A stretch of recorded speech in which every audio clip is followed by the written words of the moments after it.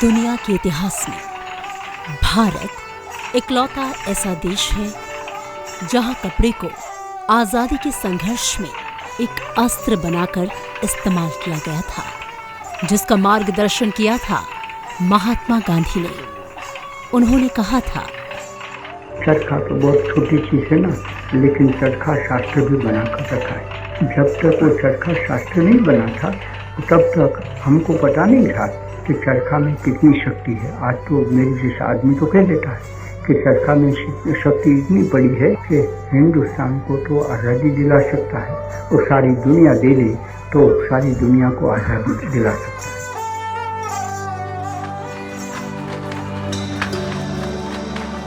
हथकरघा बुनियादी तौर पर पावरलूम से अलग है। हथकरघा को चलाने के लिए बिजली, पानी, हवा या सूरज जैसी ऊर्जा के किसी भी स्रोत की जरूरत नहीं होती है। इसमें अगर कोई कमाल है तो वो है कुशल मानव हाथों का।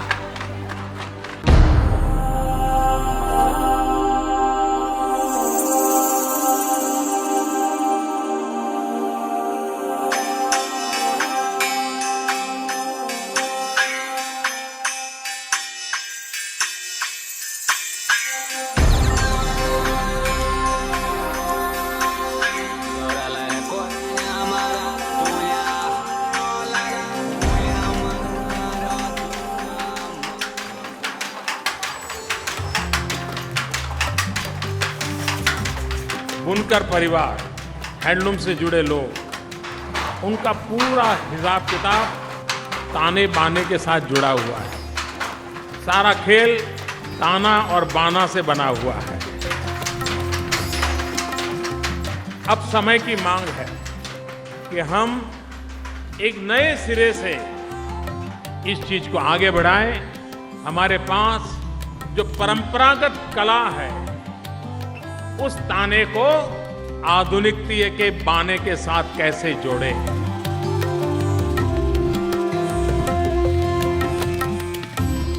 समय की मांग है कि गरीबी का ताना और अमीरी का बाना दोनों को जोड़ करके हम आर्थिक समृद्धि की दिशा में हैंडलूम को आगे बढ़ाएं।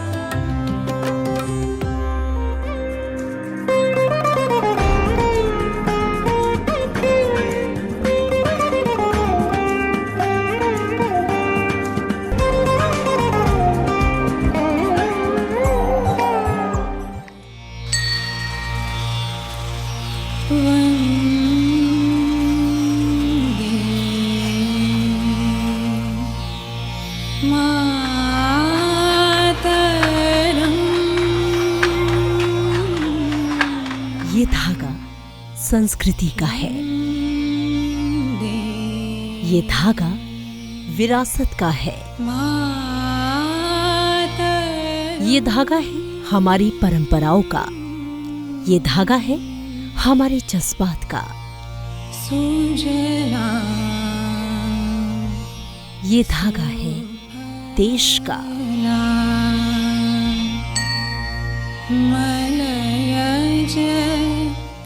हम भारत के लोग, हमारे लिए हमारे कपड़े सिर्फ हमारा पहनावा नहीं, इस पहनावे के साथ हम पहनते हैं हमारे जज्बात भी,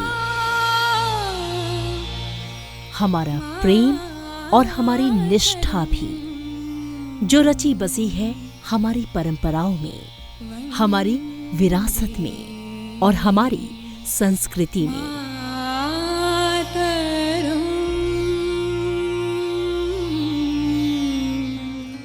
जरा सोचिए, जो प्यार, जो गर्माहट और जो एहसास माँ के हाथों से बुने हुए स्वेटर को पहनने से मिलता है, वो मशीन से बने हुए कपड़ों से मिलता है क्या? कैसे मिलेगा? जो प्यार, जो अपनापन, जो दुलार धागों के जरिए हाथों से बुने कपड़ों में होता है, वो बात किसी और में कहा। तभी तो हथकरघा से बने कपड़े इतने अलग होते हैं। संरचना और काम करने की तकनीक के आधार पर हथकरघा को 4 भागों में बांटा जाता है। आदिम करघा, इसमें वो सभी करघे शामिल हैं जिनमें ताने के सिरों को जोड़ने के लिए बाने को हाथ से पिरोया जाता है। ऊनी कंबल करघे, दरी करघे, नेवार करघे और टेप करघे इसमें शामिल हैं। पिट करघा इसमें आते हैं थ्रो शटल पिट लूम और फ्लाई शटल पिट लूम।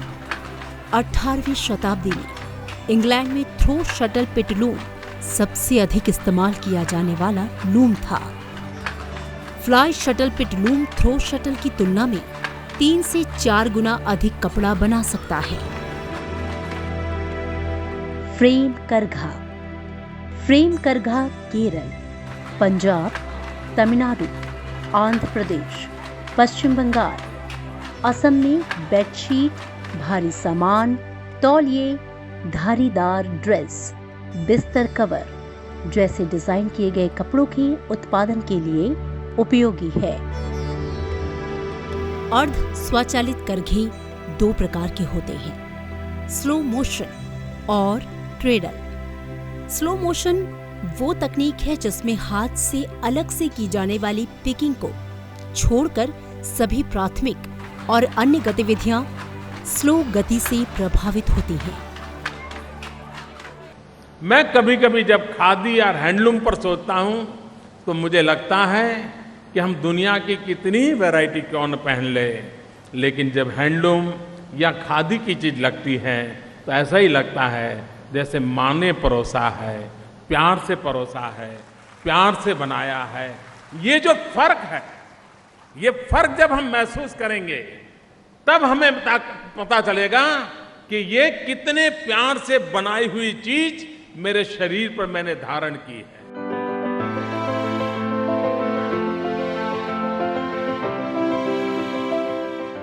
हमारे देश की हथकरघा कला हजारों साल पुरानी है। सदियों से देश के बुनकर हथकरघा को सजा रहे हैं, संवार रहे हैं और इस कला को निखार रहे हैं। लेकिन जब देश पर विदेशियों का आक्रमण हुआ तो उसकी मार हथकरघा कारीगरी पर भी पड़ी। तब देश के बुनकर एकजुट हुए और 7 अगस्त 1905 को देश ने स्वदेशी अपनाने का नारा बुलंद किया। आइए जानते हैं इसके पीछे का इतिहास क्या कहता है। कपास के पौधों से कपड़ों को बनाने का एक अपना ही संसार है। तुर्कों के आगमन के बाद कपड़ों के निर्माण में एक नया अध्याय जुड़ा, चरखा।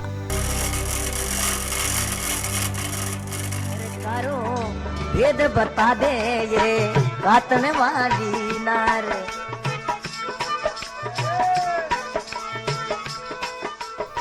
सदियों से भारत में चरखे के लोकगीत आम जनमानस की जुबान पर रहे हैं। अरे मैं सुनियो रे ये कचूबो। गांधी जी ने चरखा को अंग्रेज सरकार की दमनकारी नीतियों को उजागर करने का जरिया बनाया था। लेकिन 16वीं सदी में ब्रिटिशर्स ने भारत में आकर देश के बुनकरों की इस आत्मनिर्भरता पर प्रहार किया और भारत को धीरे धीरे कच्चे कपास के निर्यातक देश में बदल दिया। प्रथम विश्व युद्ध तक आयातित मशीनों से बने कपड़ों की भारतीय बाजार में बाढ़ सी आ गई। लेकिन अपने खून की होली खेलकर भी हमारे बुनकरों ने भारतीय हथकरघा उद्योग को कायम रखा। आज जब हम राष्ट्रीय हथकरघा दिवस मना रहे हैं तो देश के स्वदेशी आंदोलन को कैसे भूल सकते हैं, क्योंकि हथकरघा दिवस को मनाने की जड़ें इसी स्वदेशी आंदोलन से जुड़ी हैं। साल 1905 भारत के वायसराय लॉर्ड कर्जन ने बंगाल विभाजन की घोषणा कर दी। लॉर्ड कर्जन के इस फैसले का पूरे भारत में जबरदस्त विरोध हुआ। 7 अगस्त 1905 को कलकत्ता के टाउन हॉल में एक विशाल जनसभा का आयोजन हुआ। लाखों लोग इसमें शामिल हुए और स्वदेशी आंदोलन की नींव पड़ी। भारतीयों ने विदेशी सामानों और वस्त्रों की होली जलाई। देश में स्वदेशी की ऐसी अलख जगी कि देश के स्वतंत्रता आंदोलन में ये मील का पत्थर साबित हुई और भारतीयों ने खादी फॉर द नेशन का मंत्र दिया। भारत के स्वदेशी आंदोलन से प्रेरणा लेकर आज की बदलती हुई परिस्थितियों में खादी फॉर नेशन के साथ खादी फॉर फैशन का नारा भी जुड़ गया है। मेक इन इंडिया को दुनिया तक पहुंचाने के लिए प्रधानमंत्री नरेंद्र मोदी ने 7 अगस्त 2015 को राष्ट्रीय हथकरघा दिवस मनाने का आह्वान देशवासियों से किया। The Swadeshi movement was launched on 7th August 1905. It is remembered as one of the major events of our freedom struggle. It was on this day that Indians started to boycott imported textiles. Therefore, this day has a special significance for handlooms. Hence, we have chosen this day to be celebrated as National Handlooms Day.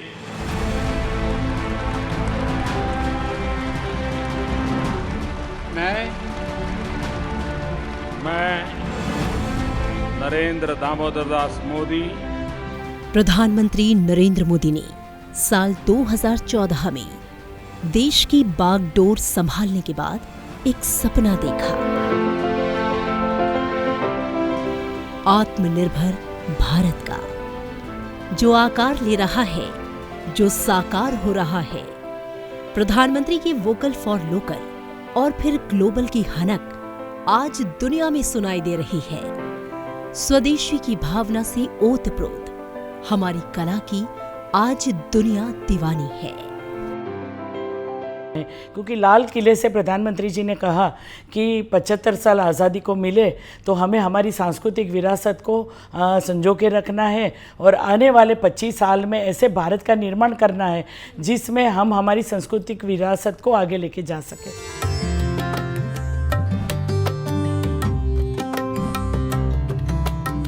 हथकरघा sector देश की समृद्धि को दिखाता है, जिसका केंद्र हमारे देश की संसद और जनप्रतिनिधि भी हैं, क्योंकि जनता तक अपनी बातों को कैसे पहुंचाना है ये वो बेहतर जानते हैं। हैंडलूम को बढ़ावा दीजिए, हैंडलूम इंडस्ट्री को सपोर्ट करिए, हैंडलूम ज़्यादा से ज़्यादा पहनिए, जो घर में जो डेकोरेशन होता है हैंडलूम का इस्तेमाल करिए। इससे हमारे बहुत सारे मैं कहती हूँ टैलेंटेड वर्कर्स जो हैं, हैंडलूम वर्कर्स हैं, उनको प्रोत्साहन मिलेगा, बढ़ावा मिलेगा और देश की भी जो आन बान शान है, संस्कृति है, उसको भी बढ़ावा मिलेगा। वोकल फॉर लोकल जो हमारे प्राइम मिनिस्टर जी की जो सोच है कि हमारा ग्राउंडेड वाला व्यक्ति वो ऊपर उठकर हमारी जो संस्कृति है वो कहीं पर भी साइड नहीं होना चाहिए, उसे हमेशा आगे रखने का काम अगर कोई कर सकता है तो आप सभी लोग।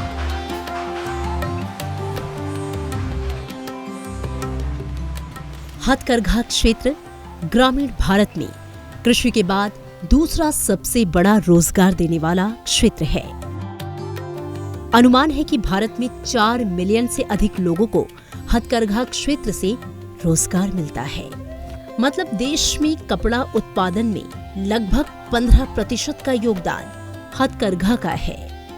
विश्व में हाथ से बुने हुए 95% कपड़े भारत के ही होते हैं। जो किसी के हाथों से बनी हुई जो चीज़ है उसका मशीन की बनी हुई चीज़ों से मुकाबला हम नहीं कर सकते हैं, क्योंकि जो हाथों से बनी चीज़ है उसमें उस इंसान की भावनाएं जुड़ी होती हैं। मशीन तो मशीन है। हथकरघा जनगणना 2019-20 के मुताबिक देश भर में 35 लाख से ज्यादा हथकरघा श्रमिक कार्यरत थे, जिनमें से 25 लाख से ज्यादा श्रमिक तो केवल महिलाएं हैं। मतलब कुल हथकरघा श्रमिकों में से महिलाओं की भागीदारी 72% से भी अधिक है, जो अपने आप में महिला सशक्तिकरण को दर्शाती है। हैंडलूम से बहुत सारी महिला जुड़ी है, खास करके जो देश की आधी आबादी के हम लोग इससे जुड़े हुए हैं। हैंडलूम के ऊपर जो लोग काम करते हैं, इसमें जितनी भी महिला है, भाई है, बहुत सारे लोग हैं। पूरी हमारी आपने जो बात करी वो हमारी विरासत ही है।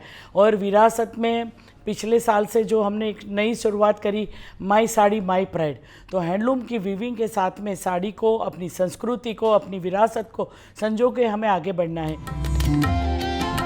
हाल के दिनों में भारत में हथकरघा श्रमिकों की संख्या में बढ़ोतरी के पीछे कई कारण हैं, जैसे सरकारी पहल, सांस्कृतिक विरासत को आगे ले जाना, हथकरघा को फैशन के साथ जोड़ना, हथकरघा का पुनरुद्धार, निर्यात के अवसर और प्रचार। प्रधानमंत्री नरेंद्र मोदी के विजन में देश के बुनकरों के लिए 5F का तोहफा था, जिसे उन्होंने पूरा किया। हथकरघा उद्योग में निवेश को आकर्षित करने के लिए, रोजगार को बढ़ावा देने के उद्देश्य से मौजूदा सरकार कई योजनाओं पर काम कर रही है, जैसे उत्पादन लिंक्ड प्रोत्साहन योजना। इस योजना का मकसद है घरेलू उत्पादन में बढ़ोतरी लाना, जिससे आयात पर निर्भरता कम हो, निर्यात बढ़े और इकोनॉमी बेहतर हो। प्रधानमंत्री मेगा इंटीग्रेटेड टेक्सटाइल क्षेत्र और परिधान पीएम मित्र योजना।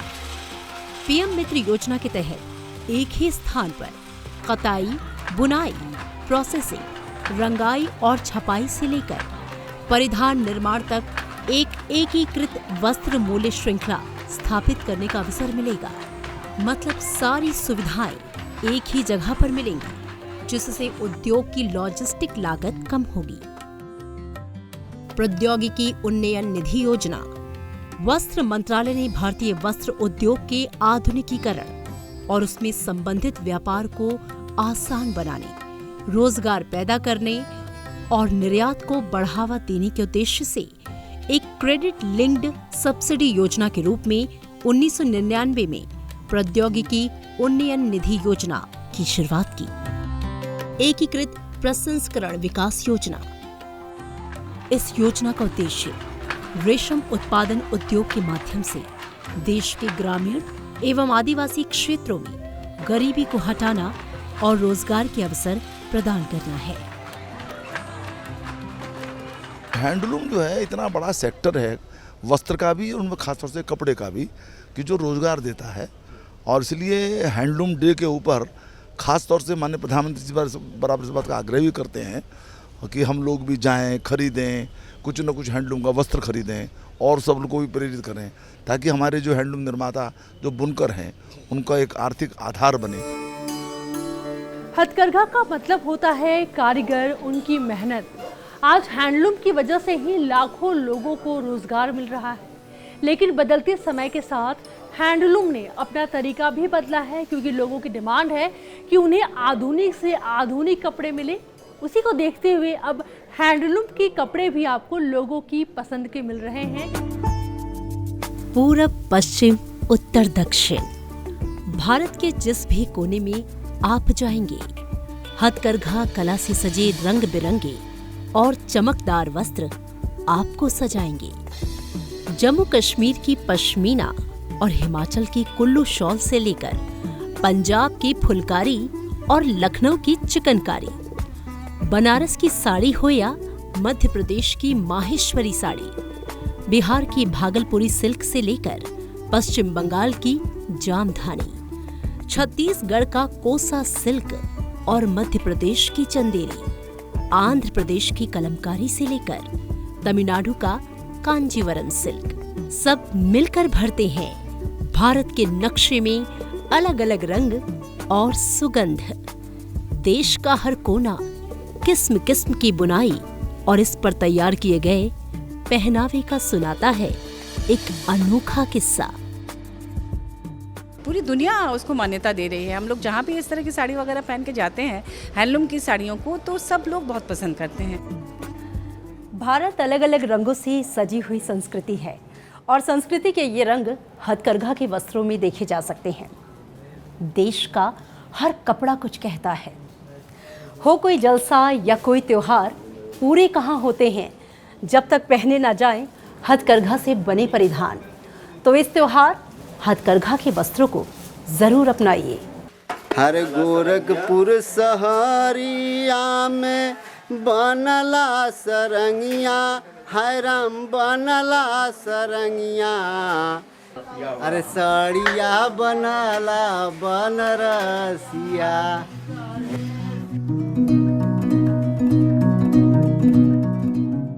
भारतीय हथकरघा पूरी दुनिया में हमारी महान संस्कृति को दिखाता है।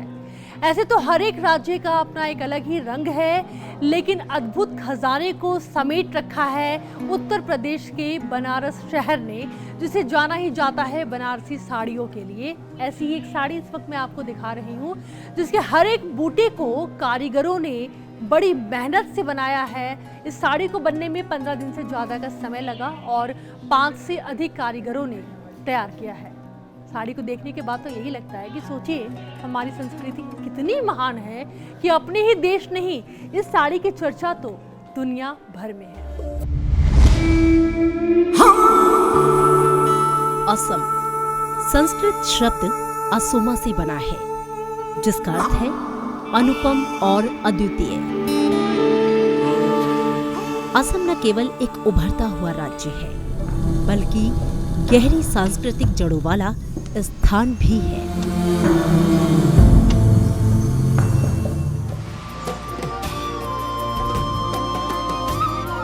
ये राज्य न केवल अपनी शांति और हरे भरे जंगलों के लिए, बल्कि लोगों के पारंपरिक पहनावे से भी अपनी सुंदरता को दर्शाता है। परंपरा हमारे पूर्वजों ने हमें विरासत में दी है और यहाँ के लोग उस विरासत को बहुत ही खूबसूरती से आगे बढ़ाने में कामयाब रहे। आइए यहाँ कपड़ों के उन खूबसूरत और उत्तम टुकड़ों पर एक नजर डालें, जो केवल असम में ही मिल सकते हैं। ये है असम के पहचान गामोसा। असम में अहोमिया ही खाली नहीं रहते, हम लोग के भाई बहुत लोग रहते हैं, बोडो, राभा, कौसारी, हम सब लोग एक साथ रहते हैं। तो हम लोग का यदि ये तो गामोसा है, तो किसी किसी के लिए ये भी एक गामोसा ही है। इसके अलावा हम लोग के इधर में बहुत ज़्यादा गर्मी है, तो ज़्यादातर महिलाएं इस तरह की चद्दर यूज़ करते हैं, जो प्योर सूता का है। ये बहुत ही सुंदर है। असम के मुगा बहुत प्यारा है हम लोगों का। मुगा के साथ हमेशा हम लोग रेड प्रेफर करते हैं। बिहू के टाइम असमीज जो डांसर है बिहू डांस करते हैं, वो लोग इसको पहन के बिहू डांस करते हैं। ये हम लोगों का ट्रेडिशन है। असम में हथकरघा बुनाई असमिया संस्कृति और विरासत से अटूट रूप से जुड़ी है। असम का हथकरघा क्षेत्र पुराने पारंपरिक कुटीर उद्योग बुनकरों को महत्वपूर्ण रोजगार दे रहा है। ये बुनाई का काम मैं 25 सालों से कर रहा हूँ। अभी पाट और मुगा सबको अच्छा लगता है, बहुत डिमांड है, और यही काम से, यही बुनाई से जो मेरा उपार्जन है, मैं मेरा रोजगार से घर चलाता हूँ। इधर से मेरा काम करने के बाद जो मुझे पैसा मिलता है, मेरे परिवार को मैं अच्छी तरह से चला सकता हूँ। असम की पारंपरिक रेशम बुनाई में इलाकाई और प्राकृतिक चीजें इस्तेमाल की जाती थीं। धागा बनाने और कपड़ा बुनने में काफी मेहनत लगती थी, लेकिन जब अपने काम से मोहब्बत होती है तो संकरी पीठ वाले पट्टे पर कपड़ा बुनना वाकई आसान हो जाता है। पहले मैं हुआलकुसी में काम करता था, उसमें भी मैं बहुत साल काम किया। उसके बाद दीदी के ये वीविंग सेंटर में काम किया। बहन है, बच्चा है, उन सभी को मैं मेरा ये तनख्वाह से, मेरा इन पैसों से ही घर चलता है, परिवार चलता है। समय बदला है पर कला नहीं बदली।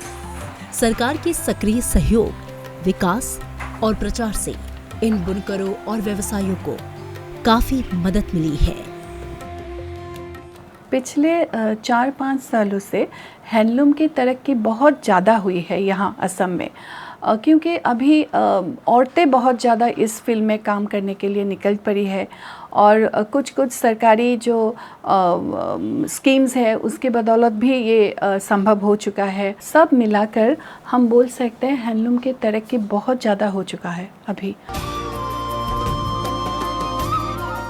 गोल्डन थ्रेड मूगा सिल्क और बहुमुखी एरी सिल्क की दुनिया भर में मांग होना इस क्षेत्र का एक फायदा है। राष्ट्रीय और अंतर्राष्ट्रीय बाजारों के लिए हथकरघा कपड़ों के उत्पादन में निवेश का फायदा भी असम को मिल रहा है। The economy in Northeast is mostly based on rural economy, and most of the hill states are dominated by the rural industries like handloom and handicraft, and handlooms of Nagaland, Manipur, Arunachal, every state that way, every 7-8 states has its own kind of handloom products, which is very popular all over India, and it has received international recognition.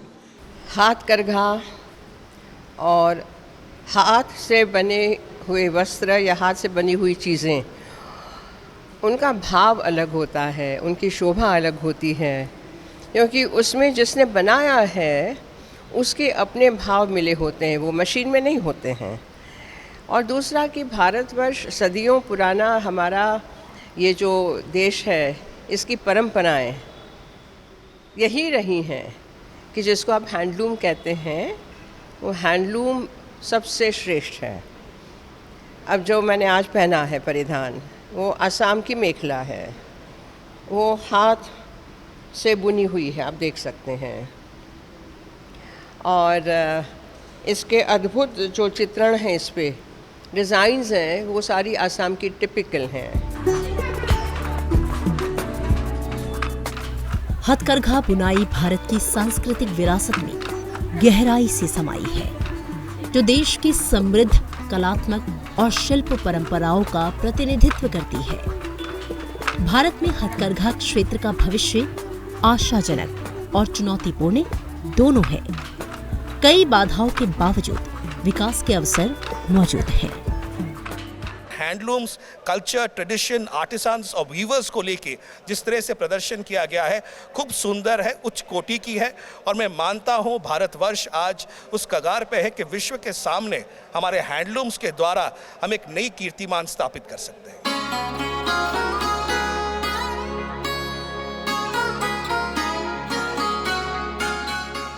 Fashion को लेकर बढ़ती जागरूकता handloom क्षेत्र को भी एक नया अवसर देती है। वोकल फॉर लोकल और उसके बाद ग्लोबल, इसी के मंत्र के साथ भारत सरकार हैंडलूम क्षेत्र के विकास के लिए कई योजनाएं लेकर आई है, जिसमें वित्तीय सहायता, कौशल विकास और बाजार को प्रोत्साहन जैसी कई योजनाएं शामिल हैं। तकनीक की बात करें तो हथकरघा बुनाई में आधुनिकता का समागम उत्पादन क्षमताओं में सुधार ला रहा है, जिससे हथकरघा कपड़े भी बाजार में मुकाबला कर पा रहे हैं।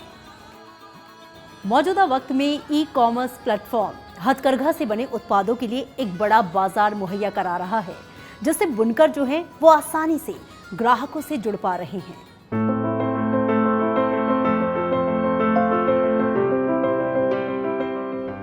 अगर चुनौतियों की हम बात करते हैं तो हैंडलूम को सबसे कड़ी टक्कर पावरलूम से मिल रही है। कम समय में कम लागत में कपड़े तैयार भी हो जाते हैं और बाजार में भी आ रहे हैं, जिसका घाटा बुनकरों को हो रहा है। दूसरे नंबर पर आता है तकनीक का अभाव। अभी भी कुछ राज्यों में, कुछ क्षेत्रों में, गांवों में जो बुनकर्स हैं वो पुरानी परंपराओं के आधार पर ही कपड़ा तैयार कर रहे हैं। इसका नतीजा यह होता है कि उनकी मेहनत तो उतनी ही लग रही है, लेकिन जितनी लागत, जितनी मेहनत लग रही है, उतना फायदा उनको नहीं मिल पा रहा है। तीसरे नंबर पर आता है वित्तीय बाधा, क्योंकि वित्तीय बाधाओं की बदौलत हमारे बहुत सारे ऐसे बुनकर भाई हैं जिन्हें मदद नहीं मिल पा रही है।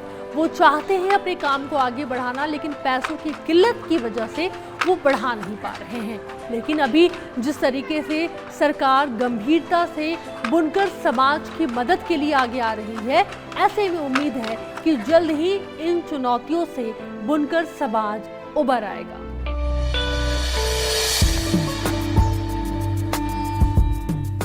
कभी सोचा है विराट हिमगिरी से अनंत हिंद महासागर तक, अतरंगी गुजरात से सुरम्य गंगा सागर तक, मोहनजोदाड़ो और वेदों की विधाओं का साक्षी कौन पिरोता है वो एक सूत्र जिसमें बसे हैं हमारे विभिन्न स्वरूप। कालजयी है हमारे बुनकरों की विरासत। कश्मीर से कन्याकुमारी तक भारत की सांस्कृतिक विरासत की ये धागे अलग अलग रंग और रूपों में पूरी दुनिया को कर रहे हैं सम्मोहित।